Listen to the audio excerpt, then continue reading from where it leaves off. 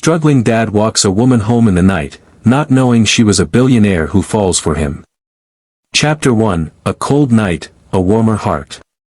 The wind bit harder than usual that night in downtown Boston, sending newspapers tumbling across the sidewalk like tumbleweeds of forgotten dreams. James Carter tightened the scarf around his neck, one his 8-year-old daughter, Lily, had crocheted with tiny, clumsy hands last Christmas.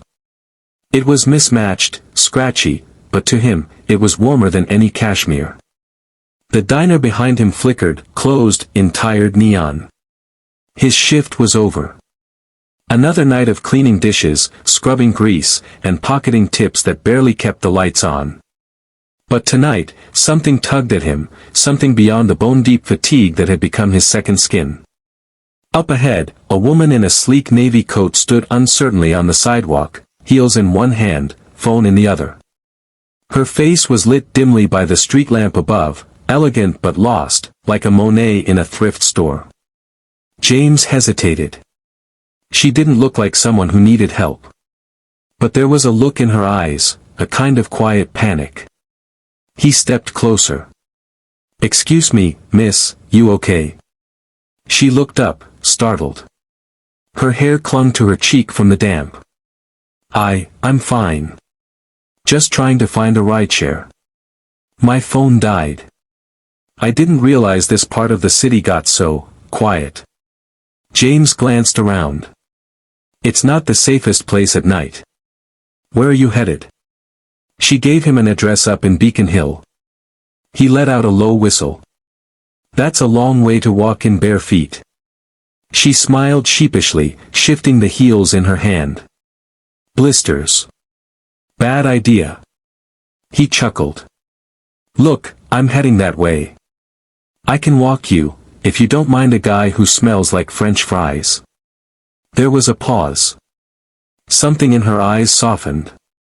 "I'd appreciate that." Chapter 2, Two Worlds on Foot. They walked under the quiet canopy of street lamps and murmuring wind, the city slowly folding into sleep around them. "I'm James," he said after a few blocks. "Claire," she replied, her voice light but reserved. "You live in Beacon Hill?" he asked. "I do." He didn't press. Her coat looked expensive. So did the watch glinting on her wrist. But she didn't act like someone who thought herself above anyone. "What about you?" she asked. "What do you do?" James shrugged. "Single dad. Dishwasher. Full-time worrier." Claire smiled. "And part-time hero, apparently." He laughed. "Don't know about that. Just doing what I hope someone would do if my daughter was ever in your shoes." There was silence again, but the comfortable kind. The kind that sits between two people learning to trust. "Your daughter?" Claire asked gently. "What's she like?" "Lily? She's 8. Bright, stubborn, too smart for her own good. She wants to be a scientist and also a ballerina. Sometimes both at once." Claire laughed, truly this time.